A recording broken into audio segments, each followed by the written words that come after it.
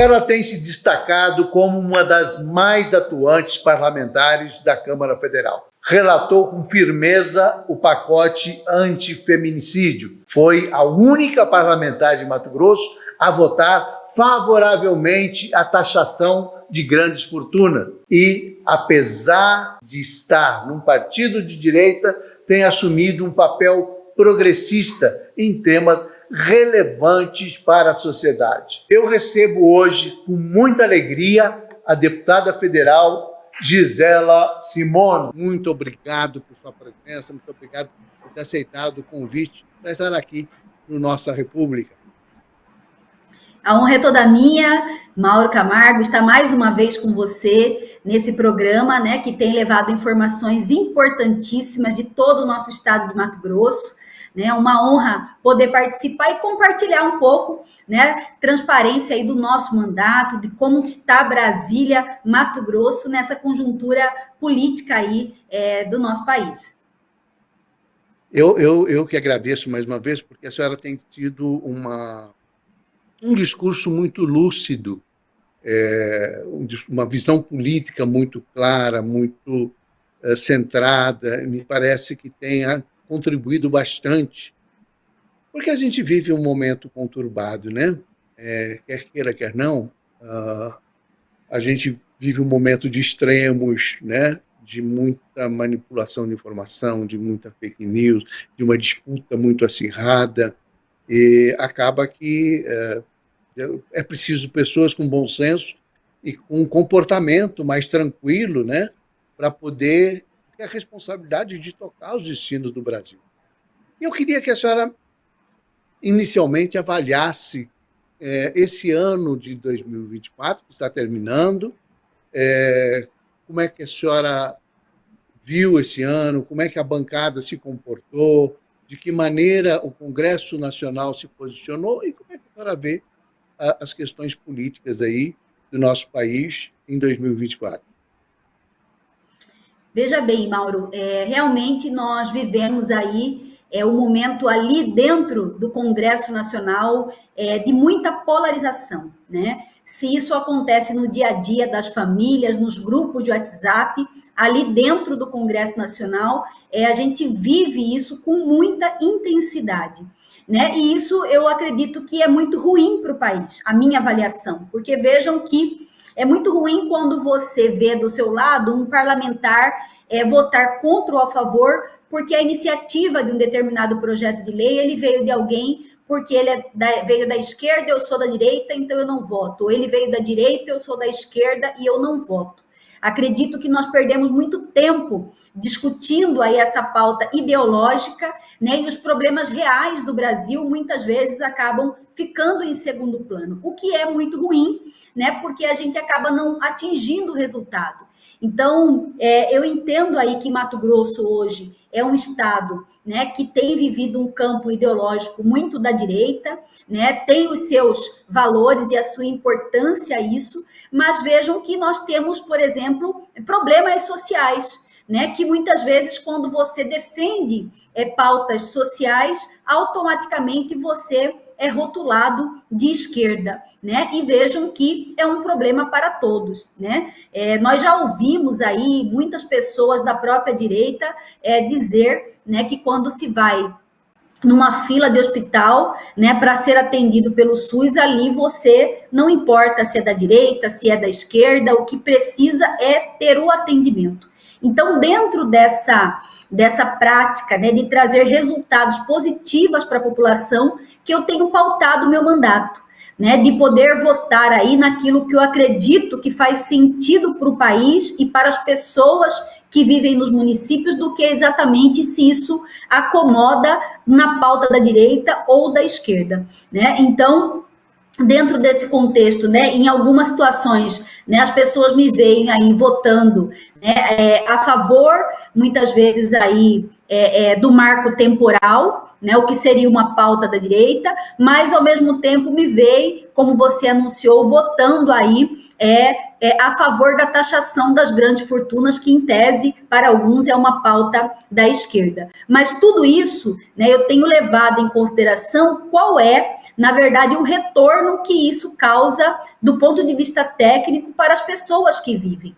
Né? Nós temos uma situação hoje, por exemplo, quando a gente fala do marco temporal, que é uma pauta polêmica, né? Mas a gente sabe da necessidade de ter uma segurança jurídica também no campo, porque nós temos aí, né, pessoas com 20, 30 anos de terra, até 40 anos eu cheguei a presenciar, inclusive que já conseguiram financiamentos via BNDES e outros linhas de crédito, né? E agora tendo que sair dessa terra por conta de uma demarcação indígena sem muitos critérios técnicos aí na avaliação.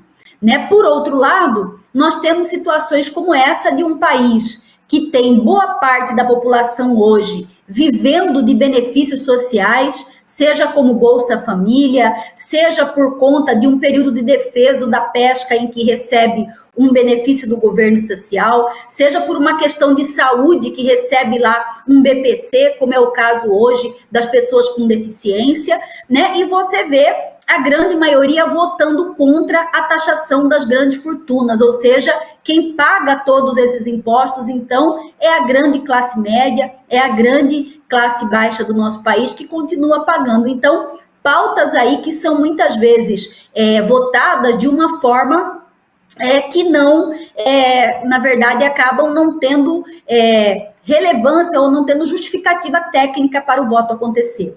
Então, é isso que, de alguma forma, nós tentamos aí fugir dessa situação, né, para que a gente, então, tenha no Congresso Nacional uma votação que faz sentido para as pessoas, principalmente. Né? Hoje, algo que é interessante aí de se observar, né, porque a população realmente ela tem acompanhado de perto, né, o voto dos parlamentares. Né? A gente acaba de votar lá, seja a imprensa de maneira geral, já está divulgando aqui como cada parlamentar votou sobre determinado assunto, né? E a própria população aí pelo acesso à internet já começa também a divulgar isso. Sobre temas polêmicos que são difíceis mesmo, né?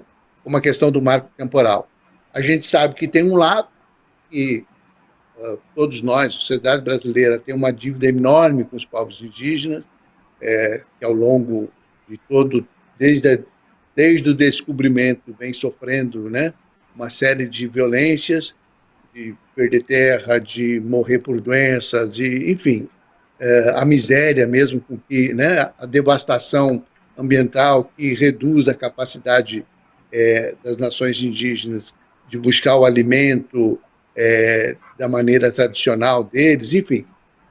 E tem o outro lado dessas populações que foram levadas para essas regiões, como é o caso de Mato Grosso, muitas, né, para abrir fronteira agrícola, que foram levadas pelo próprio governo, estimulada pelos governos para ocuparem áreas que historicamente eram de povos indígenas, mas que acabaram se consolidando como áreas produtivas, então se transformaram em vilas, em distritos, enfim, às vezes até em cidades, né?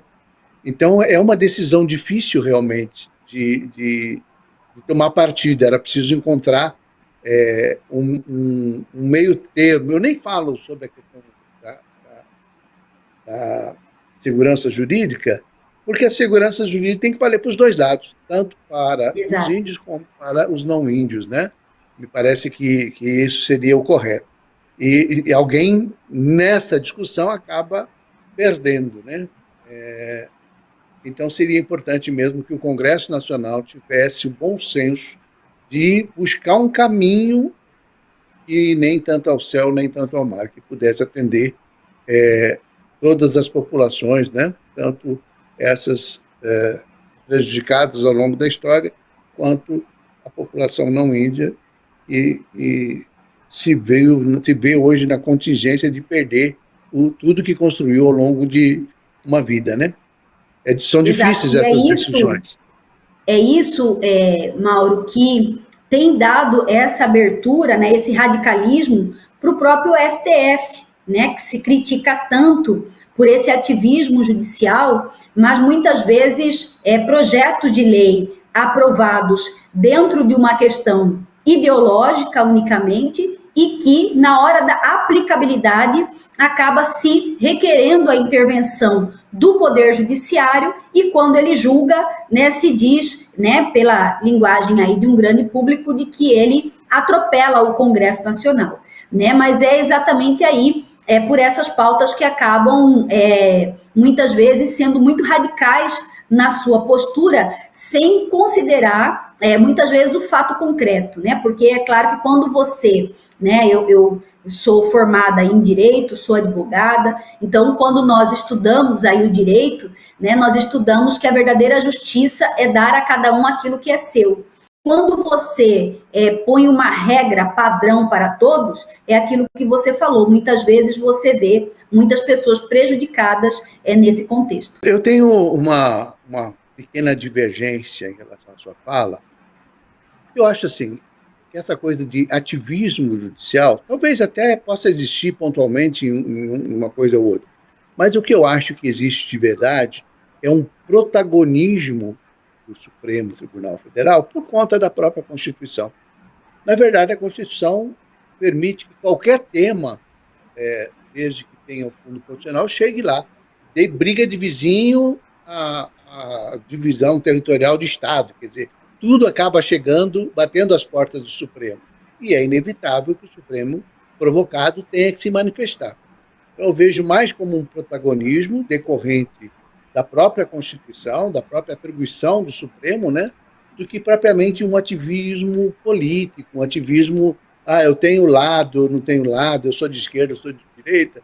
Eu acho que há um certo equilíbrio, até pela própria composição do STF, me parece assim que é mais razoável a gente imaginar que o protagonismo, e é isso, né, ou é a ausência de decisão do Congresso Nacional sobre determinados temas, né, ou ausência, a omissão, etc., ou essa coisa de se colocar numa questão ideológica. Me parece que isso é uma coisa que precisa ser melhor trabalhada dentro do Congresso. Mas a senhora tem razão.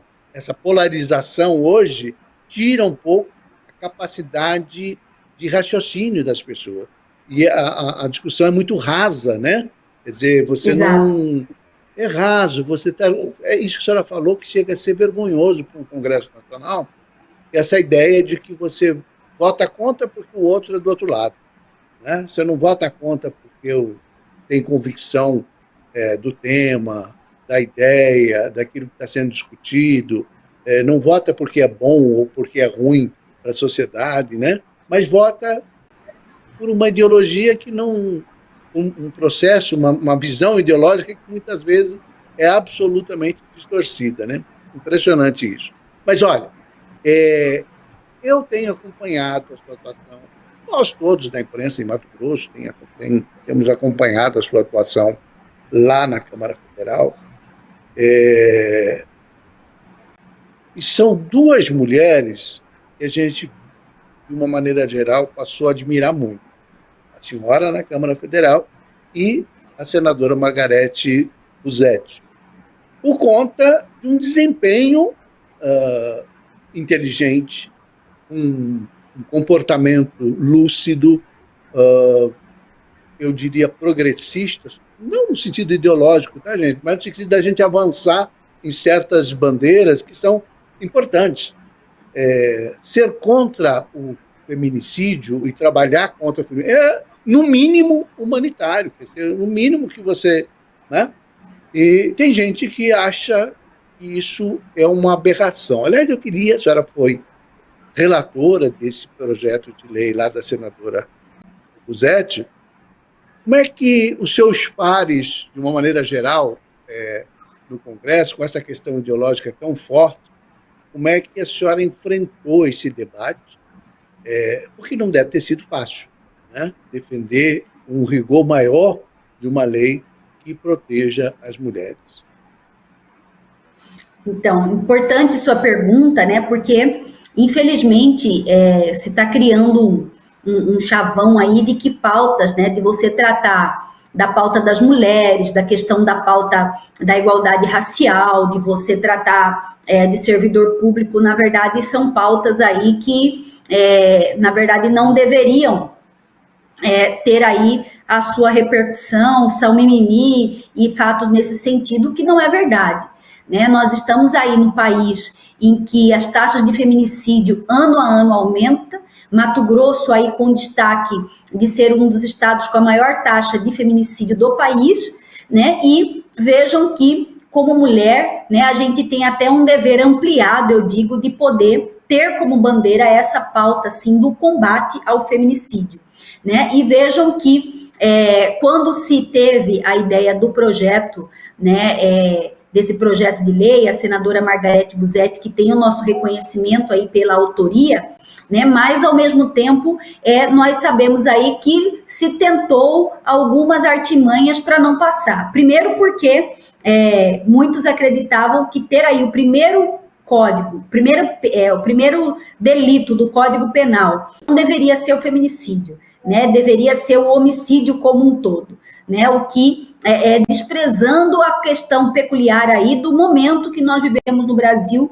com as altas taxas de feminicídio, e não só isso, mas crimes com requinte de crueldade, né? Porque você vê que os feminicídios não é só o fato de matar uma mulher por ser mulher, mas nós temos assistido, infelizmente, isso, né? Você não mata com uma facada, você mata com 17, com 20 facadas, né? Você não basta matar, você tem que colocar fogo no corpo da mulher, né? Então, são situações inimagináveis em algum tempo atrás, de que pudéssemos vislumbrar, e que tem sido noticiado como quase que naturalizado no Brasil. Desculpe interromper, quase não, né? Mas se naturalizou o feminicídio, né? Quer dizer, naturalizou, infelizmente. Cada vez mais essa coisa se revela presente na vida da sociedade, né? Mato Grosso é um exemplo terrível, né? É uma pena, porque é um estado importante, um estado que tem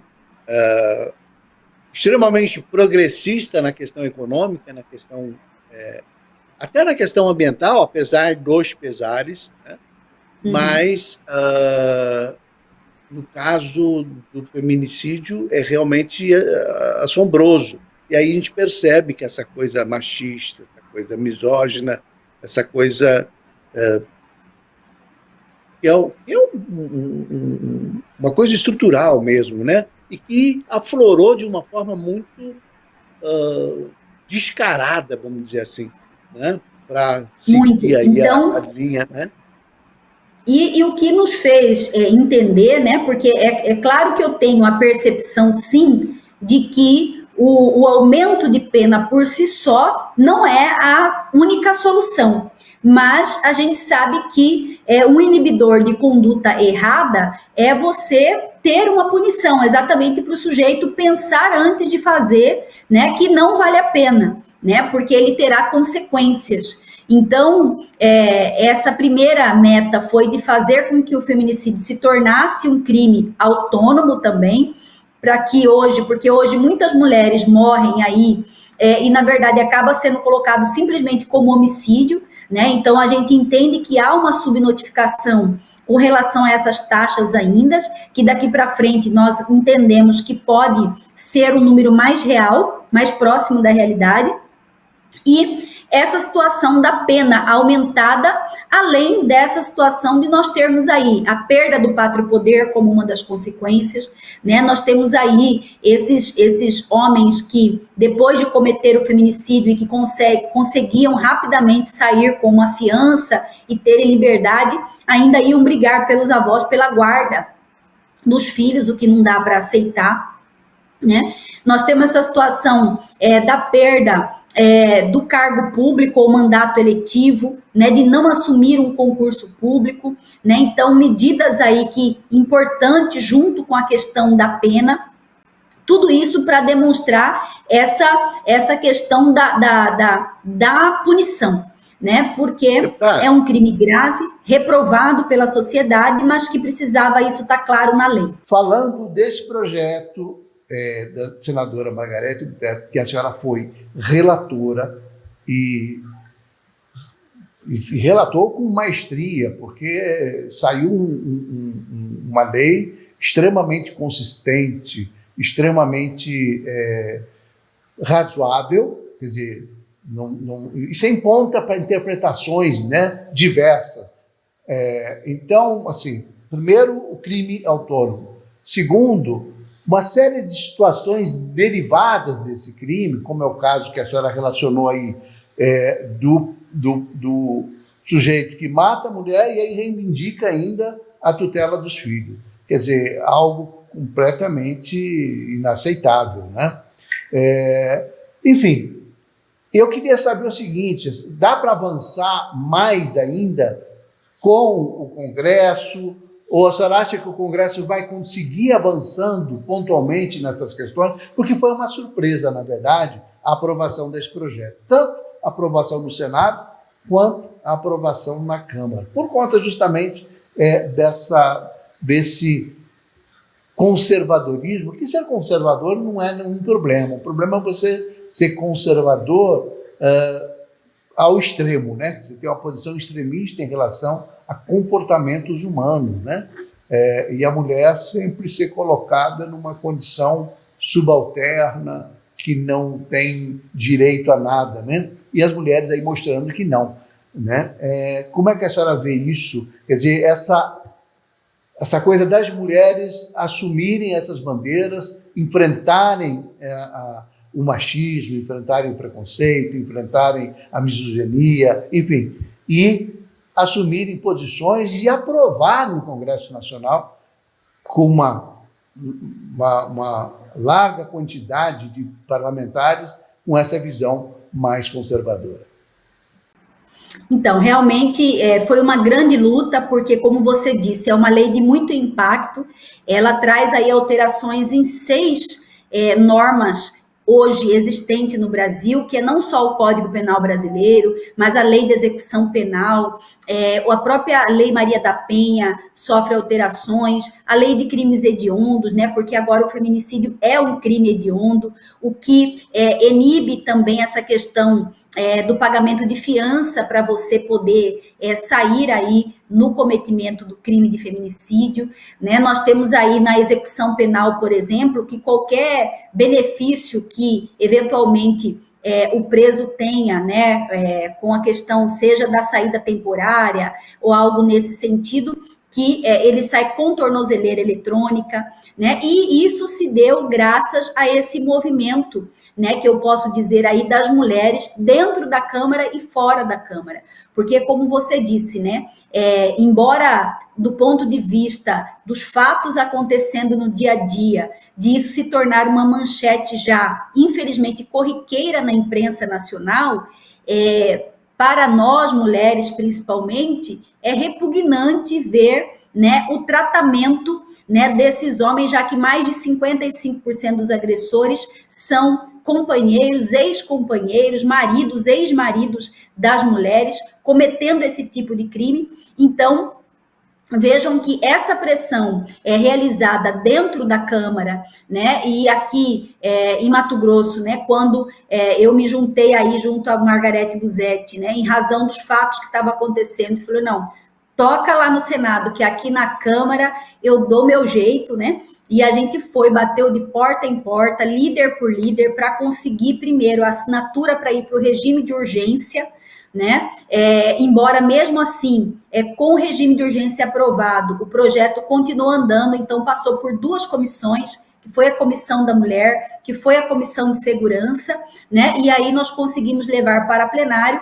No plenário ainda houve uma tentativa por parte do PL e do Novo de obstrução de votação, né, tentando aí adiar a votação no primeiro momento, né, e impedindo aí que a gente pudesse votar naquele dia da sessão, mas felizmente nós conseguimos aí maioria, né, e quando chegou no mérito do projeto, acabou sendo uma votação simbólica, que a gente chama aqui, foi por consenso. O difícil foi chegar, né? Mas na hora do voto, realmente não tinha como explicar votar contra, né? Porque todos os argumentos contrários era tentando comparar a outros crimes, que porque o homicídio não tinha 40 anos de pena, né? Porque, enfim, que não faria com todos, o que não impedia de alguém tentar, mais tarde, majorar as outras penas. Mas ali, na pauta, era o feminicídio e uma grande conquista para o Brasil.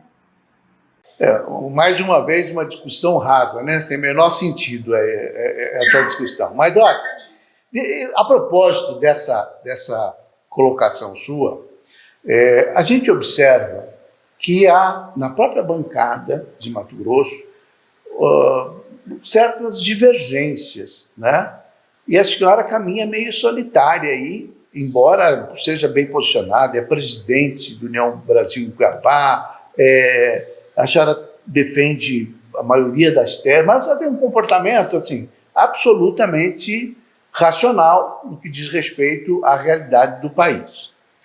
Mas a gente vê, por exemplo, que a União Brasil é meio dividida aí mesmo na Câmara. Eu vou pegar um exemplo aqui, eu não queria finalizar, mas, enfim, tem hora que é necessário. Você pega, por exemplo, o Coronel Assis, ele sempre tem uma atuação muito mais próxima do PL, muito próximo agora ao prefeito eleito Abílio, que também é do PL, e mais extremada no sentido de ter essas posições que muitas vezes não fazem o menor sentido, né? A não ser é porque é contra, é porque isso é coisa de pauta da esquerda, como se pauta da esquerda não pudesse ser pauta do povo brasileiro. Vamos experimentar tirar, por exemplo, o Bolsa Família do Brasil? Não vamos, né? Só porque era uma pauta da esquerda, só porque foi um projeto implantado a partir...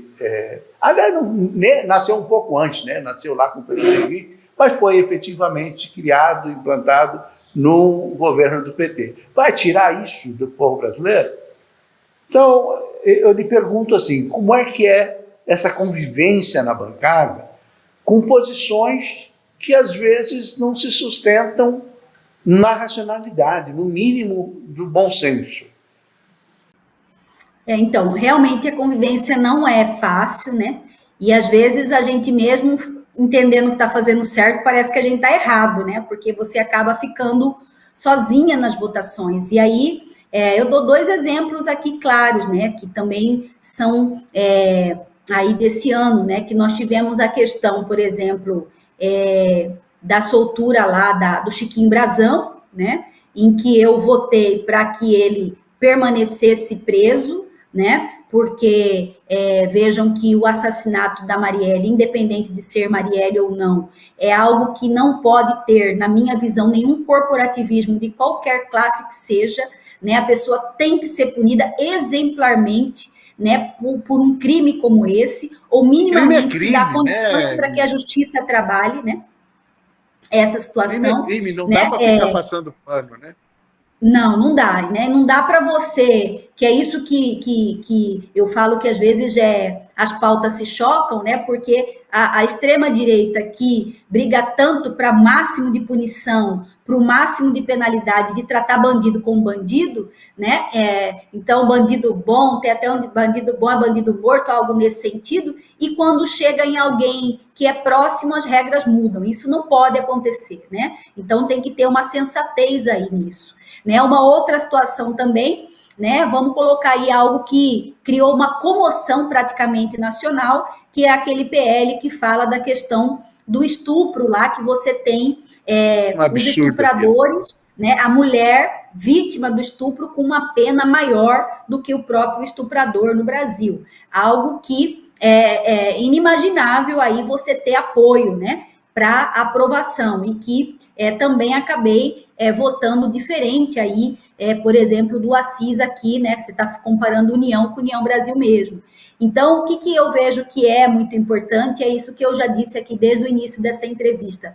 Eu tenho feito um mandato em que todas as minhas votações, eu penso muito nas pessoas que vão ser beneficiadas ou prejudicadas com o meu voto, naquilo que eu entendo correto pela jornada de vida que eu tenho, né? As pautas que eu defendo, né? E muitas vezes a gente se vê nesse misto, né? E aí talvez o espectro, né, de dizer que União Brasil hoje é um partido de centro-direita dentro da Câmara, né? Mas é um partido que nos dá essa possibilidade de justificar o nosso voto de acordo com os nossos eleitores, com a nossa base, né? Então, isso tem, embora pareça estar só, solitária em alguns momentos dentro da bancada do Estado de Mato Grosso, mas dentro do partido a gente consegue justificar essa votação, né, com base na nossa base, no nosso eleitor que deu esse voto de confiança para estarmos lá na Câmara dos Deputados.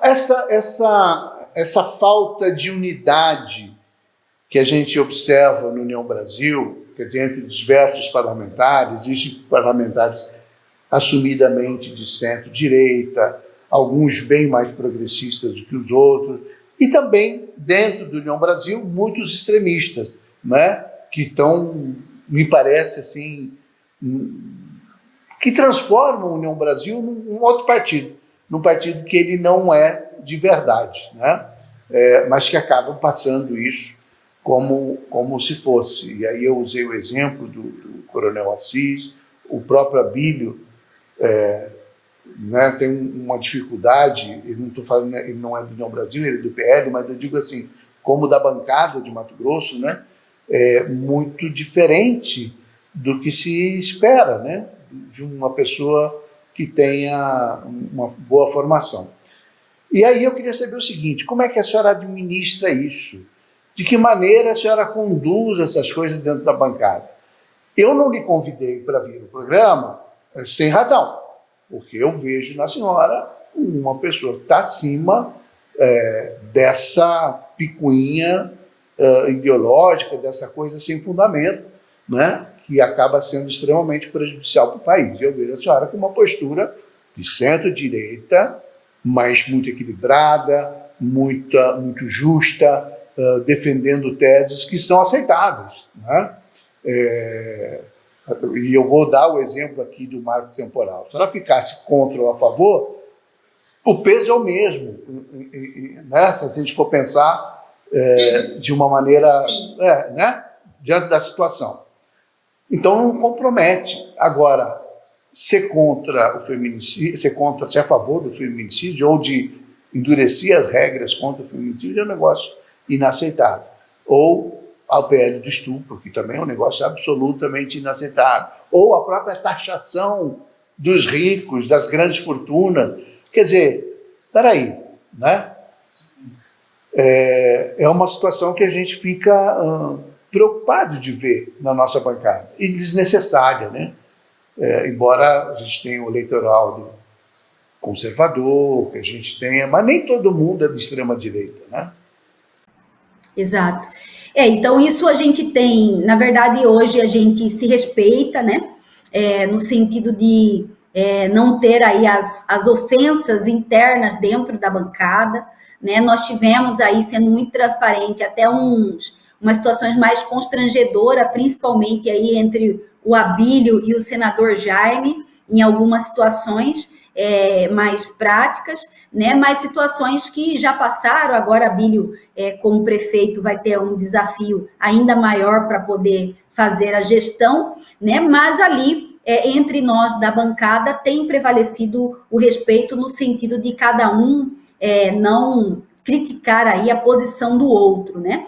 Embora eu converso mais ali, assim, de uma forma diferente, mas a Coronel Fernanda, por ser mulher, a gente tem um certo contato maior, né? Quando eu falo para ela assim, Coronel, isso eu não consigo votar, né? E ela fala, não, mas nós precisamos votar. Eu falo, eu não voto, né? Então, acaba tendo essas posições. Mas é isso, dentro do respeito, cada um fazendo o seu voto naquilo que consegue responder para o seu eleitor, né? Hoje, como eu falei aqui de uma forma pincelada, né? A gente recebe muitas cobranças pelas redes sociais, é algo assim que no dia que tem um assunto polêmico, a nossa rede entra muita gente cobrando posicionamento, né? Muitas vezes sequer eleitor nosso, né? Isso eu já aprendi a observar bastante, porque você tem muitas vezes uma cobrança incisiva e quando você vai olhar o perfil, sequer é uma pessoa do estado de Mato Grosso ou é um hater aí, enfim, é uma situação delicada aí hoje que a gente, enquanto parlamentar, você tem que estar muito seguro daquilo que você tem, das suas origens, da sua raiz, do porquê você chegou ali como deputado, para você não correr o risco de ser influenciado negativamente, né, por pessoas que sequer compõem aí o seu estado ou sua base eleitoral. A senhora não se sente, às vezes, deslocada dentro do partido? Só para finalizar esse papo político, depois nós entramos na questão ambiental. Não, às vezes isso acontece sim, mas de novo, assim, eu tenho uma boa ligação com o partido no âmbito nacional também, né? Então, isso, o fato do União Brasil não ter ainda feito nenhuma retaliação com a minha pessoa pela forma como voto, isso é importante. Né? Eu falo retaliação em que sentido, né? Muitas vezes eu estou em comissões importantes da Câmara dos Deputados, eu estou lá na CCJ, que é a Comissão de Constituição e Justiça, ocupando uma vaga do partido, eu estou na Comissão de Defesa do Consumidor, eu estou na Comissão da Mulher, e muitas vezes a sanção é isso, você não vota com partido, muitas vezes você perde aquela sua posição numa comissão ou algo nesse sentido, né? Mas a União Brasil, no geral, deputada, a União do Brasil, no geral, não tem esses conflitos, né? Quer dizer, no geral, ele tem um comportamento de centro-direita. Né? Estou falando dos parlamentares. No geral, sim. No geral, tem esse comportamento. A própria direção nacional da União Brasil, que concorda com a participação de ministros da União Brasil lá no governo Lula, não tem razão para não ter um comportamento mais racional dentro do Congresso Nacional, mais de centro-direita, né, do que propriamente de extrema-direita. O que às vezes, quando eu falo de não ter, eu vou te dar um exemplo, né, aqui mais recente. Né, nós tivemos aí a questão dos jogos online, por exemplo, uma liberação dos jogos, é um pedido do governo isso, porque, na verdade, se coloca da mão de obra que se poderia gerar, oficializando a questão dos jogos online, e a questão, por exemplo, até da taxação dos jogos online, que seria mais uma receita para o país, e hoje não se tem.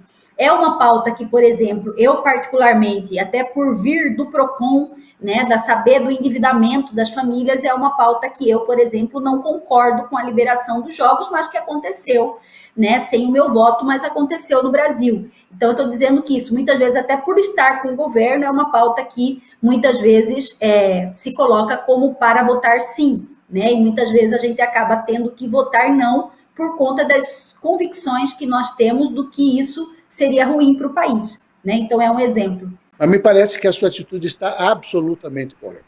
Essa posição dos jogos eletrônicos, dos jogos online, dos bets, é uma questão absurda, né? E de saúde pública, né? Quanta gente está destruindo a própria vida, a vida da família, com essa coisa do vício no jogo, né?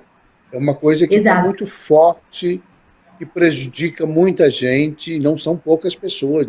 Aonde a senhora andar, a senhora vai encontrar famílias afetadas pelo vício de um ou de outro familiar, comprometendo até a subsistência, às vezes, por conta dessa situação, né?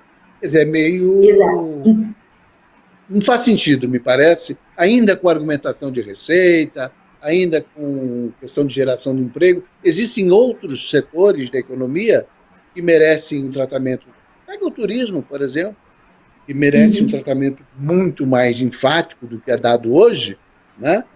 Do que só... E a visão de arrecadação, a austeridade também é bom, né? É preciso ser austero também com as contas públicas, não é só arrecadar mais, arrecadar mais, né? Ainda mais sob pena aí prejudicando as famílias, as pessoas, né, com vício. É muito sério. Exato. Inclusive, Mauro, no mês de outubro, eu fui à tribuna da Câmara exatamente porque o Banco Central revelou alguns dados dos bets no Brasil aí, numa situação de 20 bilhões que saíram no único mês de transferência do Bolsa Família via Pix para jogos online.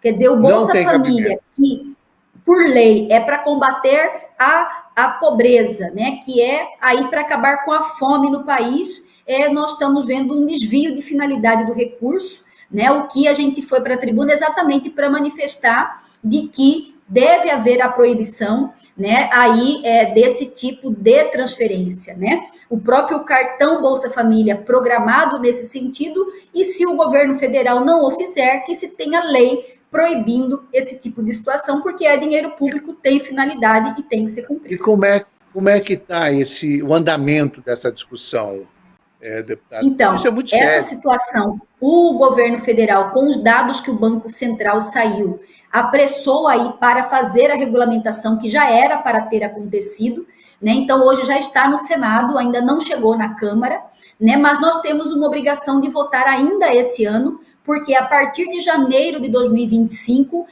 começa a vigorar aí essa legalidade dos jogos com as plataformas já brasileiras, né? Então, se isso estava acontecendo só de forma clandestina, a tendência é que a partir de janeiro isso aconteça oficial, e aí a regulamentação tem que estar posta no Brasil. E essa regulamentação é um controle total, seja de quem joga, né? E aí não vai poder jogar com dinheiro vivo, somente com dinheiro controlado, cartão de crédito, débito, Pix, mas podendo vedar aí o governo algumas situações como isso, né, que não possa vir de programas de governo, de seguro-desemprego direto, de Bolsa Família, né, essa situação. E o perfil do jogador, né, se for um perfil aí que está endividado, ele poderá ser brecado aí para participar de jogos online. Então, é um grande desafio para o Brasil, né, mas é um regulamento que ainda precisa passar pela Câmara nesse ano, aqui nesse finalzinho de 2024. Ela acredita que vamos começar 2025, daqui mais uns diazinhos, já com uma norma capaz de pelo menos inibir o vício, porque é uma doença, né? É uma doença. É uma doença, as pessoas têm problemas e o jogo acaba mexendo com a cabeça das pessoas de tal maneira que leva isso a uma situação financeira absolutamente sustentável. A senhora acha que esse ano ainda, então, é possível resolver? Não sei se resolve, mas minimizar aí essa questão do controle do governo com relação às apostas, isso vai ter que acontecer, né? Caso contrário, eu acredito que logo deve estar se discutindo novamente no Brasil a questão da proibição, né? Porque é uma tentativa de oficializar, como eu te disse, no argumento de gerar renda para o país, no gerar emprego, mas é uma situação que a gente, sem regulamentação, não deu certo, e agora é preciso, em 2025, que a gente tente com a regulamentação, sob pena aí de logo estar tramitando algo para acabar com essa legalidade. E o lobby pró-jogos é enorme aí no Congresso Nacional. Enorme, né? Inclusive, querendo que isso saia do online para vir para o físico também, né? E que aí você não controla muito essa questão da lavagem de dinheiro e de uma série de outras situações que ficam mais complicadas, porque no maneira online você, em tese, né, o que o governo quer é conseguir controlar quem joga, quanto recebe, né, quanto paga cada um. Agora, isso fisicamente, aí você perde total controle também. Deputada, eu queria falar um pouquinho, voltar a falar um pouquinho do União Brasil. Como é que a senhora vê o futuro do partido, estou falando de 2026 já, porque assim, a gente percebe que há uma indefinição, mas há uma definição, por exemplo, o governador apoiar o vice-governador Otaviano Pivetta, que é do Republicano. Mas isso, de uma certa forma, pode trazer divergência, já traz divergência, por exemplo, com o senador Jaime, com o deputado Júlio, com a parte do União Brasil, ou da União Brasil, como alguns gostam de falar, eu prefiro me referir ao partido, né? Como é que a senhora vê esse cenário? Assim, está muito incipiente, é verdade, mas a senhora tem uma responsabilidade como dirigente do partido em Cuiabá, que é a cidade mais importante do estado e mais populosa, com o maior número de eleitores. Como é que a senhora vê? Você acha que a União Brasil está rachado? Vai seguir dividido? Vai conseguir? Essa é uma questão. A outra questão é, a senhora está aí, foi suplente do deputado Fábio Garcia está na Casa Civil, ele volta, vai ficar na Casa Civil até o final do mandato, e a senhora permanece, cada um disputa, monta a sua estratégia eleitoral a partir dessa base. Como é que esse quadro está avançando aí, deputado? Bom, eu te digo até que nós temos um quadro antes das eleições municipais e pós-eleições municipais, né? Verdade. Por que eu digo isso? Porque é público e notório que antes das eleições municipais nós tínhamos aí mais pessoas com vontade aí de lançar o nome a governador do estado, né? Você via isso muito mais nitidamente aí em algumas figuras políticas importantes, inclusive do União Brasil. Mas pós-resultado da eleição, percebo, e como todos devem também perceber aí, que deu-se um silêncio agora, né, exatamente fazendo uma avaliação de todo esse contexto aí dentro do estado de Mato Grosso, com relação às eleições municipais, né? O que eu tenho muito claro aí, dentro do nosso líder maior aqui no partido, que é o governador Mauro Mendes, que o nosso futuro candidato a governador, mesmo não sendo do União Brasil, é Otaviano Pivetta, né? Porque é o Otaviano que, aí nos 2 mandatos de Mauro Mendes, segurou ali, né, todas as broncas aí como vice-governador do estado, foi muito fiel na sua atuação. Então, hoje, o Pivetta só não seria um governador do grupo, né, se não tivesse aí vontade de ser, né? Mas ele conseguindo aí viabilizar o seu nome, ele é o nome aí da grande maioria do União Brasil. Né, nós tínhamos aí o senador Jaime Campos colocando um nome, possível nome aí como candidato a governador, né? Agora já pós-eleição já não vi essa manifestação mais contundente, mas é claro, ele é do União Brasil, é sangue puro, como diz do próprio partido, e ouvir a opinião de todos antes vai ser importante para qualquer decisão futura do partido, né? E aí sim, é claro que pode ter um racha nesse sentido, né, das vontades aqui, mas ainda nada definido, nada conversado, né, ficou de nós termos aí uma reunião de todos os mandatários aí do partido pós-eleição, mas essa reunião ainda não aconteceu, exatamente para nós termos aí o contexto real das pretensões políticas de cada um dentro do partido, né. Assim, a questão do Fábio, o que nós temos aqui acordado a princípio, o Fábio fica na Casa Civil até o período aí da desincompatibilização para as próximas eleições, ou seja, março, abril de 2026, né? Ele fica lá, ou seja, até o final do mandato possível, né? E é claro que aí o Fábio Garcia, eu acredito que hoje ele tem todos os predicados aí, caso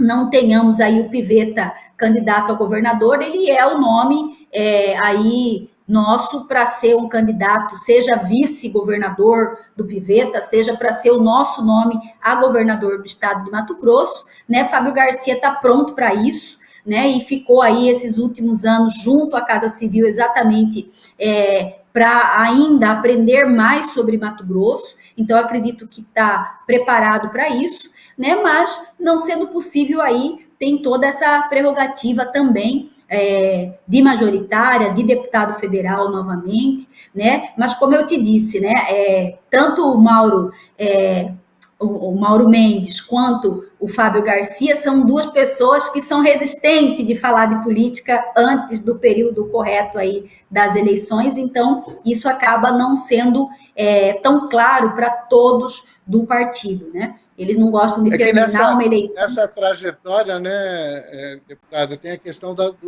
disputa pelo Senado, que vai ser uma disputa, se Mauro Mendes for candidato a senador, tem uma série de situações novas aí, né? Tem Janaína Riba, que não é do União Brasil, mas que está na base, o Wellington deve ser candidato a governador também. Quer dizer, tem uma série de situações que podem levar a uma situação extrema. Mas vamos aguardar mais um pouquinho sobre isso? Exatamente, vamos aguardar aí. Finalizando aqui a nossa entrevista, primeiro eu queria parabenizá-la pelo mandato, acho que foi um mandato importante.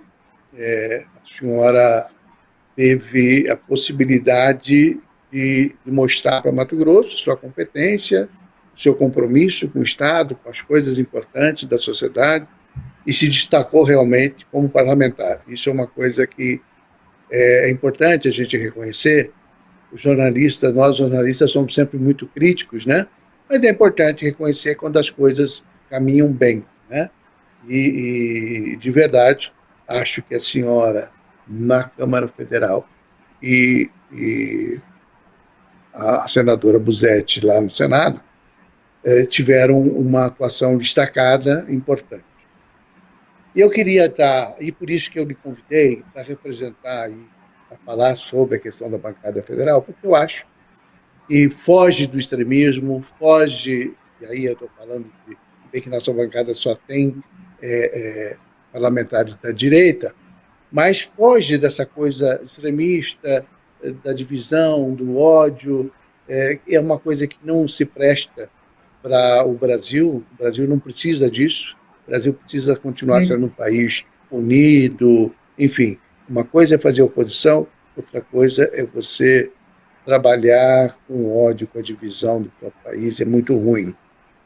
Queria desejar para a senhora e para toda a bancada um Feliz Natal, né? Estamos chegando aí no Natal, nosso programa está sendo exibido aí provavelmente há uma semana ou às vésperas do Natal, e desejar um bom Natal para a senhora e 2025 seja um ano ainda melhor, né? Mais produtivo do que já foi esse 2024. Eu que agradeço aí a oportunidade, Mauro, só dizer rapidamente que nós não conversamos muito sobre isso, mas a Gisela do Procon também está lá na Câmara. A gente conseguiu aí apresentar projetos importantes com relação às fraudes contra o consumidor, principalmente na área bancária, né? Conseguimos aí fazer um papel importante de discussão quando a gente fala aí, principalmente dos cigarros eletrônicos que são comercializados hoje para essa grande juventude, que faz até muito mais mal do que o cigarro tradicional, né? E vamos continuar firmes lá na Câmara dos Deputados, na verdade, defendendo cada um dos mato-grossenses, independente da bandeira ideológica que ele tenha, acreditando sempre nos bons resultados, né? E por isso eu peço para que todos que estão nos assistindo aí possam acompanhar o nosso trabalho pelo meu Instagram, Gisela Simona Oficial, saber um pouco mais do nosso mandato, sugerir, sim, porque nós fazemos um mandato ouvindo as pessoas, e desejar a todos, sim, um Feliz Natal, que 2025 seja um ano de mais calmaria. Temos novos gestores municipais assumindo aí cada canto de Mato Grosso, então é um momento que a gente fica na torcida também por cada um para conseguir fazer uma boa gestão, porque afinal de contas é no município que tudo acontece e nós precisamos de bons gestores para que Mato Grosso, para que o Brasil dê certo, né? E contem comigo lá na Câmara para que a gente possa sim fazer um bom trabalho em nome de todos os mato-grossenses. Nós vamos ficando aqui, encerrando aí